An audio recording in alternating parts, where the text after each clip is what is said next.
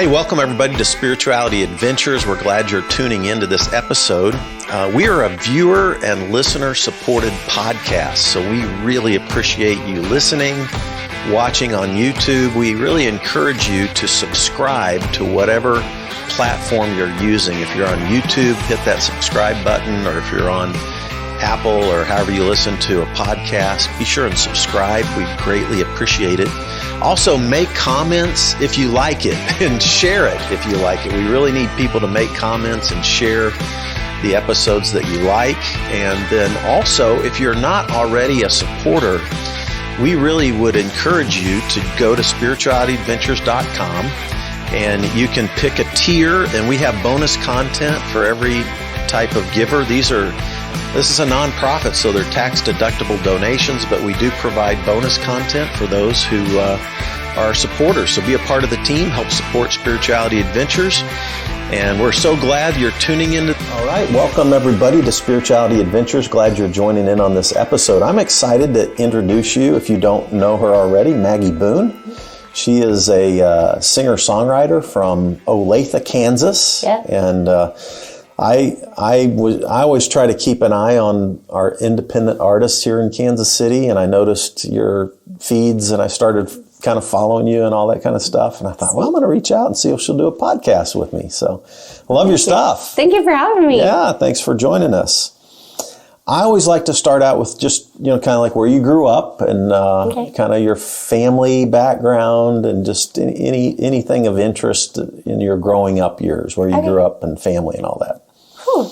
Yeah, I grew up in Olathe, Kansas. My parents both owned a bar. It was called Pickering's Pub. And I went to Prince Peace Elementary School in Olathe. And so, I grew up very much in the service industry world. A lot of my mom did a lot of catering jobs and so a lot of events. And then I went to St. Thomas Aquinas High School, did a lot of theater, choir, Yeah.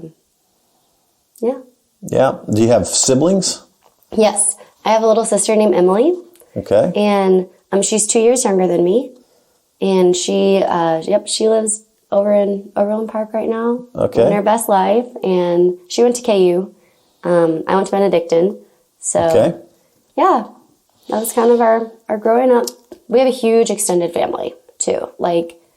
40 cousins per side, I feel. Wow. Yeah. Are they all in the Midwest or around Kansas City? A lot of them are. Okay. Yeah. Well, that's kind of fun. So we grew up with a huge family, around a ton of people from the bar and and everything.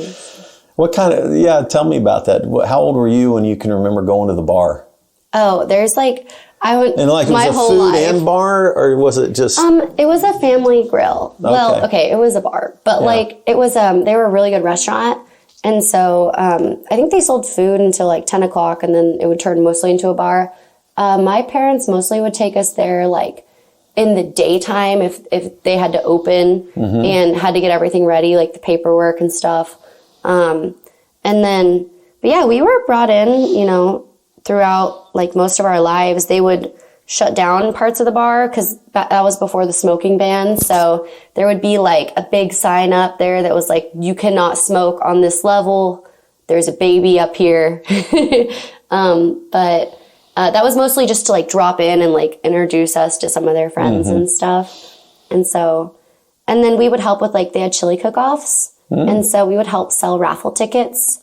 We're really good at, please buy a raffle ticket. It supports whatever cause we were Knights of Columbus mostly, and Catholic Charities. So yeah, good stuff. How about you said also that your folks barbecued. We did for those who support Spirituality Adventures, we do a bonus question round, and we did that right before this interview. But you mentioned that your parents were pretty good at barbecuing, right? Yep. Did you? So my mom and dad were grand champion barbecuers. Growing up, and so throughout the summer and the fall seasons, we would go to. I feel like there were 5 competitions, 5 to 7, as we were growing up each summer. And I told you my mom qualified for the Jack Daniel's World Championship competition. And so when I was 6 months old, she brought me there. And so, but yeah, they're pretty good. They own Spice Bandit now, which is like a food truck and sauce and rubs company. So. Spice Bandit. Barbecue food truck. Yes. All right. Check it out. Yeah. All right. So then how about music? Are you from a musical family? How did you get involved in music? So I grew up around, my parents are big supporters of live music. So, I mean, especially like growing up with that open-mindedness of both my mom and my dad were very much like, oh yeah, let's go see this band perform. Let's go see a musical. Let's go to the symphony. Like they tried to expose us to a lot of music culture. And then they also had a lot of bands performing at their bars. That's what I was wondering. Yeah. So they would just have local bands roll through, basically. Yeah. Yeah. And I always wanted to do that. I was like, that was my dream for so long. I was like, I just want to perform at a bar. It just sounded so cool. And then I did it. And and it was fun. Yeah. So neither one of your parents plays music? Or they don't, but my dad sings. He sang a lot when we were growing up. He's not like a professional singer.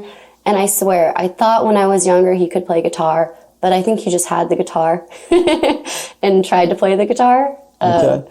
But yeah, my dad was always a pretty good singer. And then my grandma, she was a singer too. But she was mostly like in church choirs. And so I grew up around a little bit of music, but a lot of like music culture. Yeah.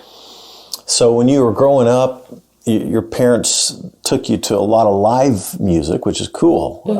How about what were they listening to at home? Do you remember what you were listening to growing up? I know for a fact someone listened to Hotel California because every time a band would come in, I'd ask them if they could play Hotel California. They're like, "You're 6 years old. How do you know Hotel California?" But I know my dad listened to a lot of like Matchbox 20, The Eagles, Journey, Billy Joel.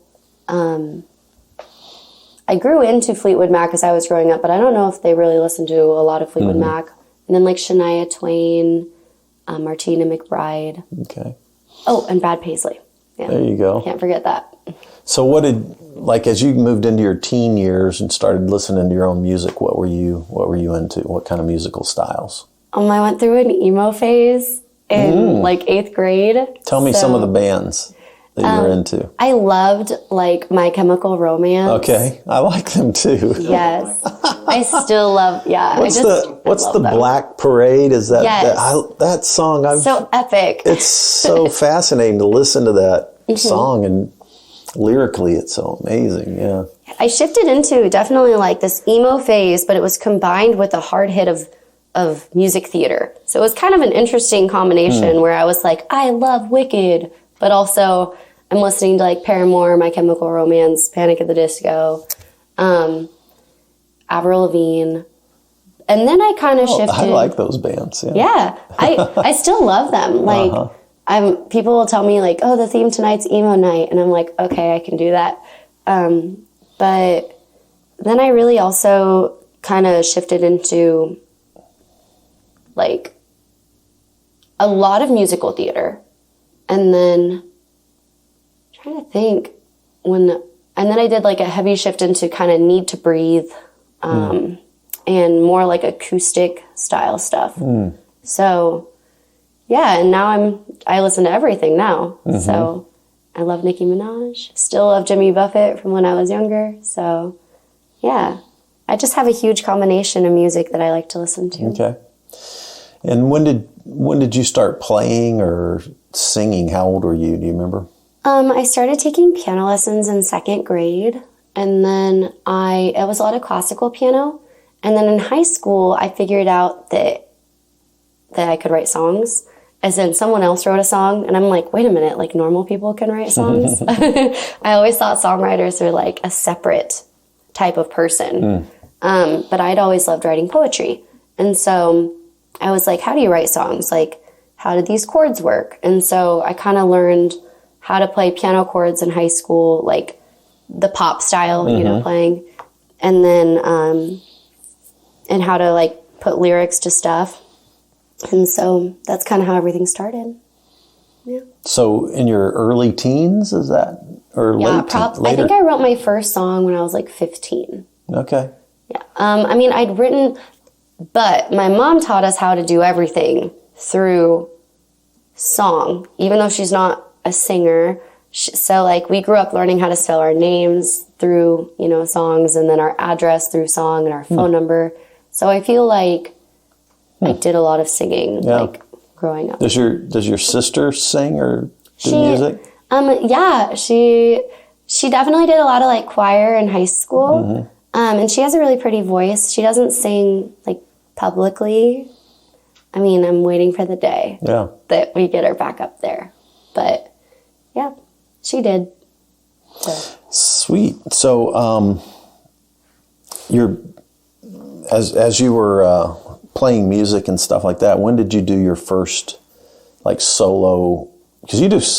Are you always traveling with a band when you gig, or are you mostly solo with your keyboard? It's a combination. So I did a lot of work with Howl at the Moon, which is like a dueling piano company, and I work with their event teams too. Okay. And so Howl at the Moon, they're a local company? I've heard of them. Yeah, they're a dueling piano bar in Power and Light. Okay. And so I was working with them for like a year and a half in the club, and then I decided this year to start doing my own independent singer-songwriter. Like I really needed a more flexible schedule. And so I fill in at the club sometimes, but now it's mostly like solo shows, and then a couple, they're called How to Go shows, so like private events. Okay. And then I just joined a band. Oh. It hasn't been announced yet officially. So the name cannot be revealed yet, but yeah, we're working on a lot of cool stuff, with some local artists. I think there's like 4 other guys in the group, Sammy and a lot of really cool musicians. And so, excellent. Yep. We're excited to launch that. Very cool. Very cool, man. Well, we've had bands in here before. Oh, cool. Might have to bring you back. Yeah, that'd be fun. Yeah, so how old were you when you did like your first solo gig, or out, not at school, not at theater, but like outside? Like, yeah. Like at a bar or anything like that. Was that your parents' bar? Did they have you playing young, or? So it wouldn't have been a gig. It would have been more of like another band was playing and I jumped up and sang with them. So I think I was probably like, the first time I jumped up and sang with a band was probably like 15 or 16. And then as far as like solo shows where I got paid for it, I was probably like 22 or 23, because I taught for a few years before I became like a full-time, musician. I mean, you're always a musician, but, so yeah, I think I was probably 23 when I got my first gig. All right. So out of college. Okay. So when you were at Benedictine, what did you major in? I majored in, I majored in music, and then I had a concentration in music composition. And then I also got a music education license. Okay. So I kind of jumped around on my degree. but all in the music yes. field. Yeah. Okay. All right. Well, cool. And yeah. I also did like concerts in college. So I guess I did perform in college. It just wasn't like at a bar. Because we didn't really have very many bars to choose from. There were like 2 bars in all of Atchison. So... Yeah. The thriving Atchison, Kansas. Yeah, I occasionally do a long bike ride, and I will go from where we're at right now and ride all the way to Weston, and then ride the Missouri River bottom all the way from Weston all the way up to the bridge that you cut across to get over to Atchison. Oh. And then swing through Atchison and then come on back south on the other side of the bridge on gravel roads. These are all gravel roads for the most part. Yeah. Come all the way down and back around and then back into Missouri. That's such a far bike ride. It's a good long day, Yeah. Yeah. I'm like, man, that's a long drive for me. Yeah, so that's about my only... I've been up to Atchison a few times at some of the stuff. I've been on the campus there as well. It's a pretty campus. I like pretty cool stuff. Yeah, so let's talk about, you released a new EP this year. Yes. How long ago was that it came out? It came out in July. Okay, wow. So that's really new. Yep. And you've got 6 songs on it. And it's titled Delaware Street. Yes. Okay. So where is Delaware Street? Delaware Street is a street in the River Market. Oh, okay. I'm aware of that one, yeah. And I wrote the song Delaware Street after an old coffee shop bookstore bar called Our Daily Nada. And it was inspired by, I used to go there every Tuesday. And I met a bunch of, artists and musicians and poets there. And it was when I was pretty new to living in the city part of Kansas City. And so that's where I made a lot of my friends. And I rediscovered that I really love writing and I love poetry and I love accessing that creative part of myself, like creative writing. And so, that's, and then that store closed right before COVID. And so, that's kind of what inspired the song though, and the title of the album, of the EP. Yeah, and as I was listening to it, I was thinking about, sort of this, if we use some old terms, like, you had the bourgeois class, which was kind of like the middle class, very conventional, follow the rule kind of people. And then you had your bohemian crowd, which was your free-spirited, outside the box, no rules, artistic, poetic music, And so that song kind of dialed up that whole thing. And what's weird, I don't sing or write or anything. I'm writing a memoir right now. Oh, cool. But I've never written poetry. I've never done fiction kind of stuff. But I love music, I love art, and I actually love poetry. So I have this weird thing where I don't feel like I'm super artistic, but there's another side of me that think, well, maybe I am, the way I put together a message or a talk or, do a presentation of some sort as a speaker. There's a creative element to that. And I remember reading a book called Steal Like an Artist by Austin Kleon. It's just a little teeny book. And then I read another thing called The Artist's Way by Julia Cameron. And they both like to help everybody view themselves as artists. And it really did open up oh, well, heck, I don't have to write a song or a poem to be an art, or paint something to be an artist. There's other ways to express artistry, I guess. So I've always felt like I wanted to hang out with the bohemian crowd. Well, you should try Writers Workshop KC. That's the group that was in at the Daily Nada, and it's run by this really amazing poet, Jen Harris, and her whole thing is letting go of your internal censor, just writing and seeing what happens. And it's very open to everyone and open to... I'd love to try. I need to try to check that out. So really, I journal every morning, and I do, with a pen. I do an ink pen and paper, because I don't know, something about the texture and the feel of it, and I have purple ink, and So you're a writer. Well, I am. I don't know how to, I'm experimenting in this part of my life for sure. But I'd love to check that out. So do you have poets that you have that are your favorite poets that you like to, do you read poetry or do you just write it mostly? I write a lot of poetry and I love reading reading lyrics as though they are poems, because I kind of study other artists' lyrics. And so like one band that I feel like they hit TikTok and super trended, but like Fleetwood Mac, I mean, they were already very famous, obviously, but like I love reading through their lyrics because the poetry in them is amazing. And then I talk about this next one a lot, but like Taylor Swift, I really like Taylor Swift's storytelling ability. Some of her songs are more like, I don't know, pop, you know? But then when you get into some of her like deeper songs, they're just very well crafted, and they tell such a beautiful story.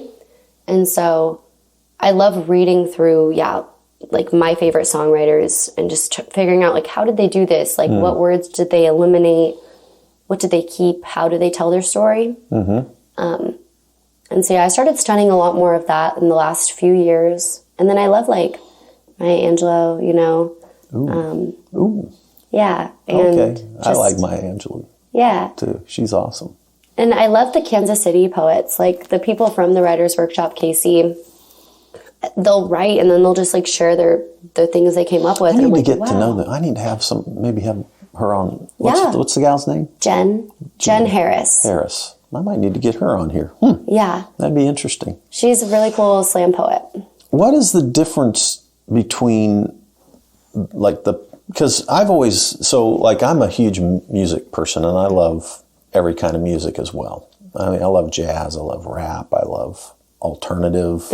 Probably alternatives where I listen mostly, you know, like Alt Nation, kind of, I have that on my car, you know, and I'm drawn to lyrics first more than I am, but I have to love the music.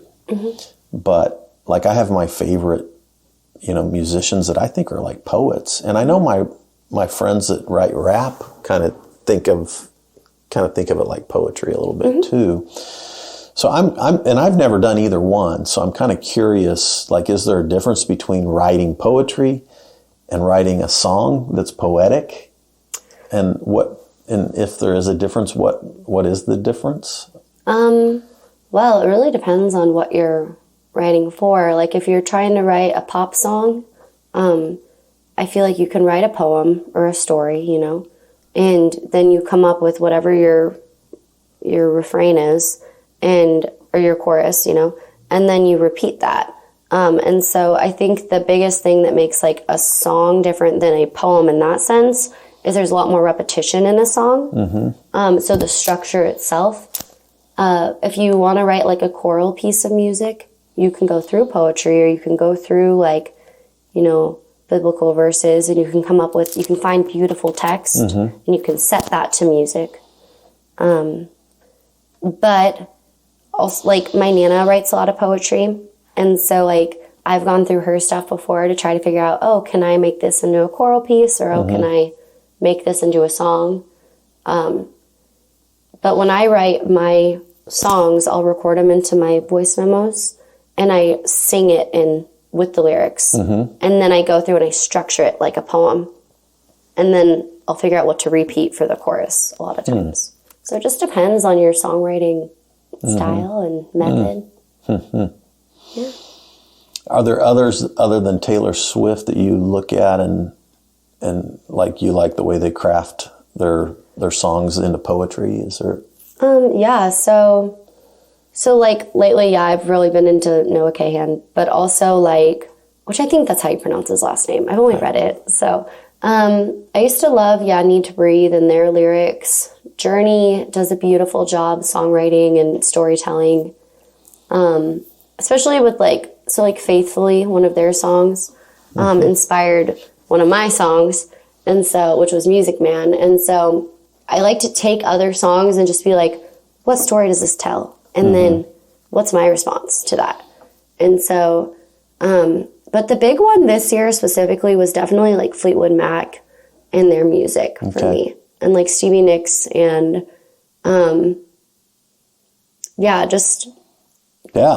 They've got some great lyrics. Great lyrics, definitely. Yeah, so I love Delaware Street because it gave me that that longing for the bohemian crowd and, you know, hanging out with that. So then I go to Watch Me Fall. Yeah. And it sounded kind of like, and you've got a few songs in there that kind of were on the breakup side of things a little bit, right? Mm-hmm. So, Watch Me Fall, was there a particular story that you had in mind, a particular relationship, or was it more generic? Yeah. Well, that song, I wrote that after a breakup, and but it was like one of the bigger breakups, like you were talking about engagement type of a breakup, or, you know, like, so it was a pretty serious relationship, and I was just like so sad and so broken, and I didn't know what to do. And so that's how the opening lyrics, like, no, I don't know what to do. Because you plan your whole life with someone, like you're ready to jump and like be with them, and then that ends. Mm-hmm. So that was what that song was about. Mm-hmm. So yeah, it was sad, but a lot of people liked it, which is good. But it was sad. That's amazing. So I have this thing where, like, if I'm in a dark place, sometimes a happy song doesn't help me get out of a dark place. Mm-hmm. I don't know if I'm unusual, but sometimes when I'm in a dark place, I need a dark song. Yeah. But then that dark song helps me get out of the dark place. Yeah. I don't know. Cathartic, you know. It's like, so, oh, well, I'm not alone. Or maybe that's what it is. It's just the idea is like, oh gosh, there's other people who have experienced this, know this, they've written about it, and it comforts me to know I'm not alone in it, you know, that kind of a thing. What about Little Old Cab?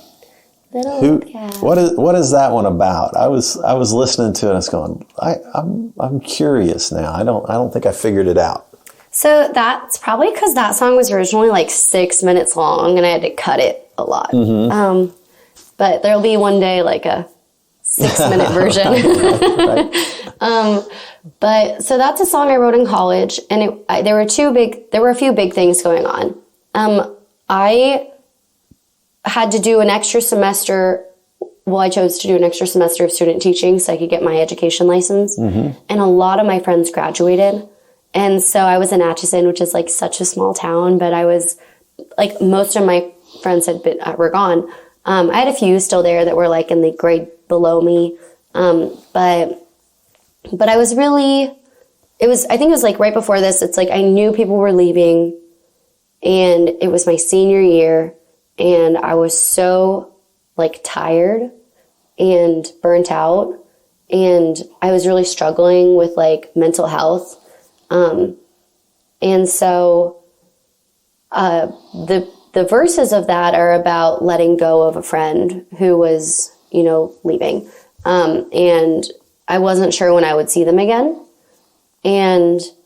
But that's okay, because like I love them so much. I knew that like one day we would find each other again. Like that's how friendship works. Hopefully. Mm-hmm. And so those are what a lot of the verses are about. And then it kind of turned into me writing like a song to them. Like, I'm struggling. I'm really burnt out. I've just been singing nonstop. Like, I've been performing. I've been working. I've been composing for like an academic goal, which I feel like can really burn you out quickly. And so that's kind of what that song was about, which made it a little depressing. But I kind of want to rewrite it because I feel like there's some parts of it that I want to explain better. Because I'll go to perform it and I'm like, this perfectly captures this part of my life, but I kind of want to like expand it into something new. Yeah, so that's kind of that song. Yeah. So check out her EP, Delaware Street. Yes. You can check it out on Spotify or Apple or any of the musical platforms, probably Bandcamp, I guess. I don't know if I'm on Bandcamp yet. I know I'm on, Spotify, YouTube, Apple. There's the new one that I can't ever think of.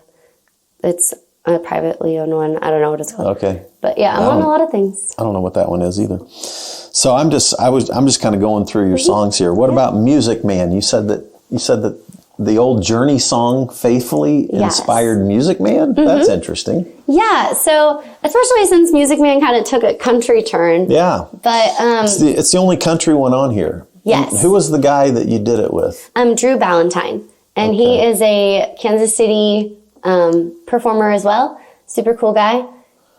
Great guitar player, great singer. Yeah, I'm trying to think. Have we tried to reach out to him, Matt? I don't think so. You haven't heard of him?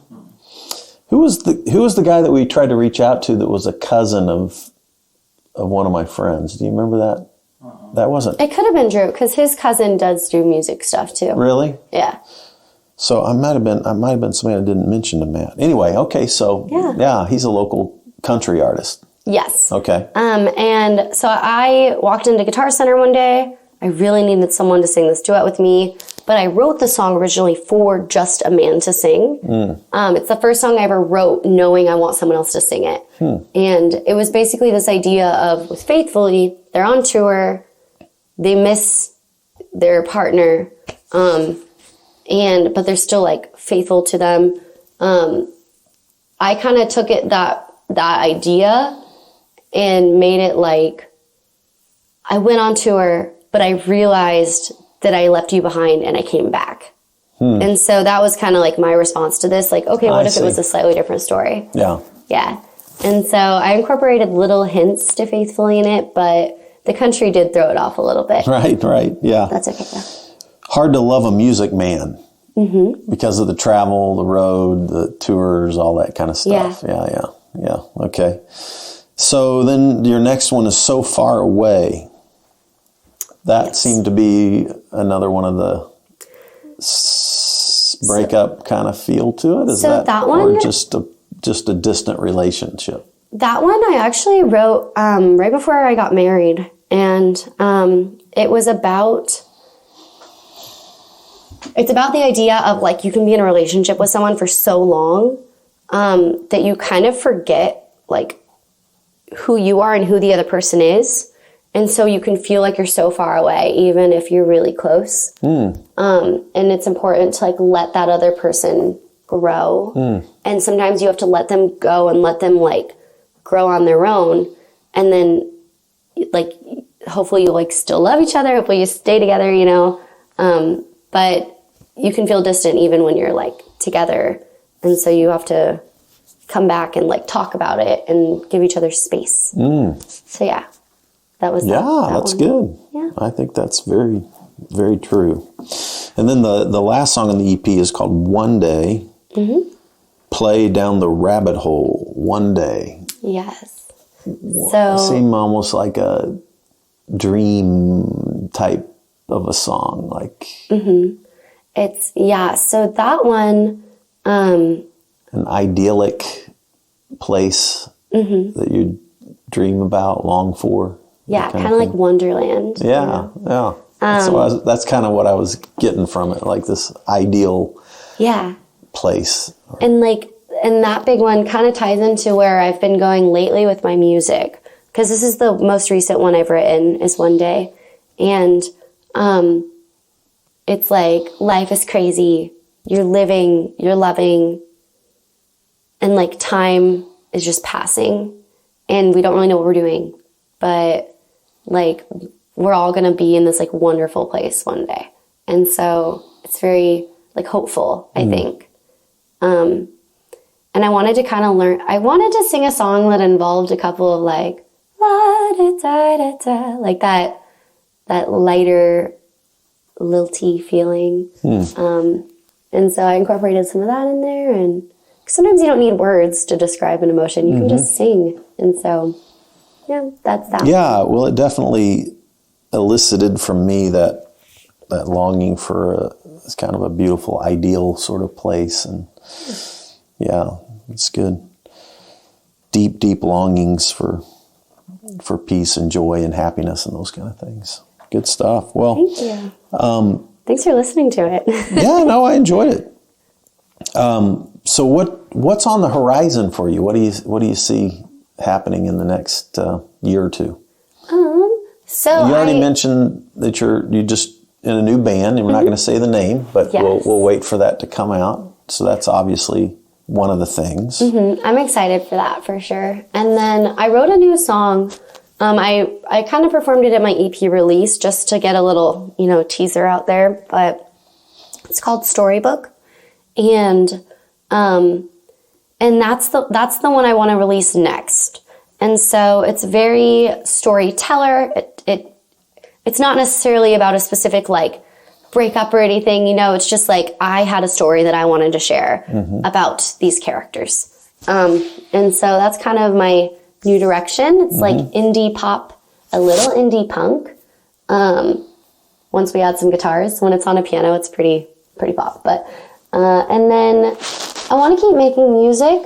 I want to lean into some folk. I want to learn more about folk music and maybe grasp on to my Celtic heritage, and because I really love Irish music, and so I kind of want to lean into that more and just is Boone your maiden name or your married name? Boone's my maiden name. Okay. And then Schmalz is my married name, but it's kind of hard to spell, so I kept it Boone. Okay. For the sake of performing. And your family, the Boone family, goes back to Ireland? So we're also Sweeney and Vanderhoof. Wait. Okay. I think, yeah. I don't know. I get a little confused. And then Mossberg and then Pickering. So we're very Irish, English, German, Dutch. Okay. And so kind of a mix of things. But I'm pretty sure I'm a quarter Irish. And then, or a little more. Yeah. It just kind of blends in together. But... Have you been to Ireland? Not yet, but I really want to go. My last name's Heron, Heron, and we've been told that we haven't done a great family history on the Heron side, but because my mom's side almost all goes back to England.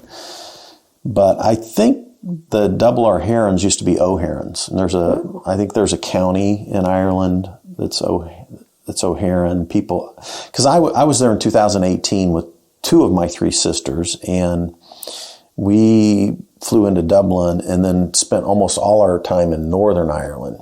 And what's so fun, they're some of the nicest people I've ever, it's like you never meet a stranger.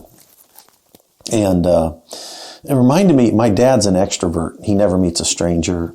Anywhere he goes, if he's in a waiting room, he'll start talking to the people around him and get to know them and try to figure out who they know that he knows, and he'll play this 6 degree of separation game. And me and my two sisters were in Northern Ireland, and everywhere we went, people would talk to us, and it was these people are like my dad. Yeah. They're all outgoing. They were all kind. They would all engage in these conversations, and it was really fun. And then I had broken my normal glasses, and I had to wear my cycling glasses. And I had a different haircut, and everybody thought I looked like Bono, which was amazing to go to Ireland, where Bono's from. And every day people wanted to get their picture taken with me because they thought I looked like Bono. That's so funny. And I mean, even young girls, it was just hilarious. Every day. And we would go into restaurants.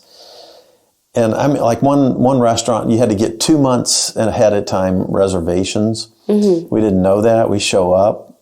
They go, "Hey, Bono's been here," and they found us a table because I looked like Bono. Did you ever tell them that you weren't Bono, or were you just? Well, they knew I wasn't. Oh, okay. But I mean, we're close to the same age. But no, it was just hilarious. Every single day, and. Anyway, but I'd encourage you to go. It was really a great experience, and there's a lot of great musicians from Ireland, right? Such a musical island. Yes. Poetry and music, and yeah, so beautiful. Well, so looking into the future, you're going to be doing some more solo songwriting, but you're also going to be doing some writing with the new band. And do you have a schedule that's posted? How would people find out about your upcoming concerts and gigs and all that kind of stuff? Yeah, so I post most of my stuff on my Instagram and my Facebook, which is Miss Maggie Moon. like moon is in the sky. So yeah, most of my things. This is Maggie Boone, but find her at Miss Maggie Moon. Yes. Okay. Mm-hmm. Which is kind of like my stage name, especially as we get into spooky Halloween season, and I like to kind of shift into that. But yeah, so I post on Instagram, Facebook, and then I have a website, maggieboone.com. Okay. So Boone with the B. And then, and yeah, I mostly post all my updates there, especially since sometimes I'll get an offer like the week of, and I'll be like, oh, here's a new show. So I try to keep my social media really updated. Okay. Yep. All right. So tune in to Miss Maggie Moon, Instagram, Facebook. Yes. And then you have a website that's Maggie Boone, BOONE.com. Okay. All right. Well, check out the new EP, Delaware Street. Thanks for sharing some of your story with us. Yeah, and we're gonna try to shift into a couple of your musical songs now. Okay. All right. For sure. Thank you so much. Yeah, Thanks for having me. Great. All right. Hi, my name is Maggie Boone, and this is One Day. Baby, life keeps changing, it feels so strange, don't it? Time flies by and I still don't know who I'm supposed to be. But I like you here with me. Movie stars drive their fancy cars past us, walk of fame, glowing tales, love's history, and you're with me. Supposed to be. 1, 2, 3, 4. No one knows for sure where they're going, and they chase after time like it's running away, so they could say they live their life one day.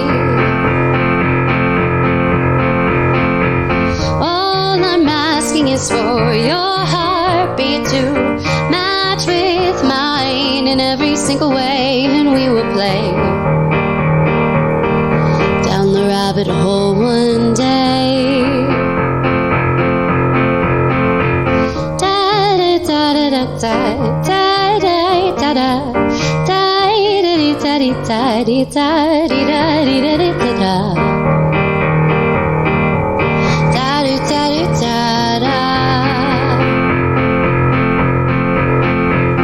we move forward, the air grows thicker.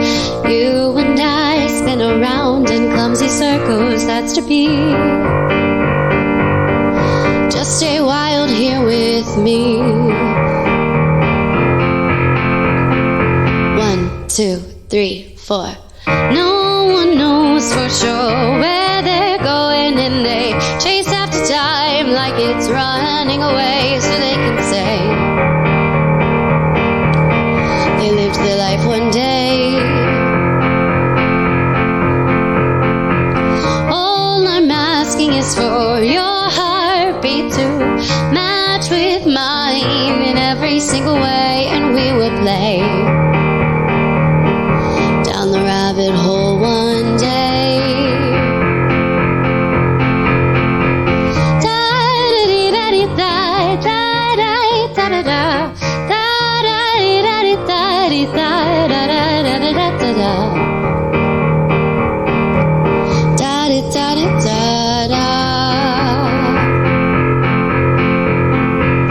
All I'm asking is for your heartbeat to match with mine in every single way, and we will play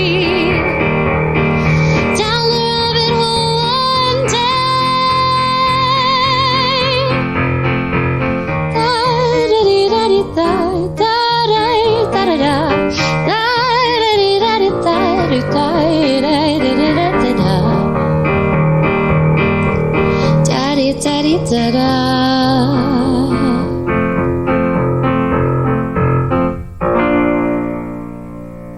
Thank you.